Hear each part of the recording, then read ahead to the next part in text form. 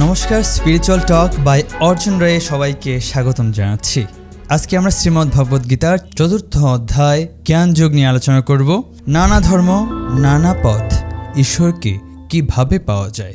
ये यथा मां प्रपद्यन्ते तांस्तथैव भजाम्यहम् मम वर्त्मानुवर्तन्ते मनुष्याः पार्थ सर्वशः। যে ঈশ্বরকে যেভাবে আরাধনা করে তিনি তাকে সেইভাবেই ফল প্রদান করেন। এই শ্লোকের মাধ্যমে প্রমাণিত হয় ঈশ্বর সমস্ত কর্মফলের দাতা। সেই ফল কেবল বস্তুগত নয়, বরং চেতনাগত এবং আত্মিক উন্নতিও অন্তর্ভুক্ত। মানুষ ঈশ্বরকে সকাম বা নিষ্কাম, সাকার বা নিরাকার যেভাবেই আরাধনা করুক না কেন, সে সর্বতভাবেই এক ঈশ্বরকেই আরাধনা করছে। একই কথা ঋগ্বেদের প্রথম মণ্ডলের ১৬৪তম সূক্তের ৪৬তম মন্ত্রে উল্লেখ আছে।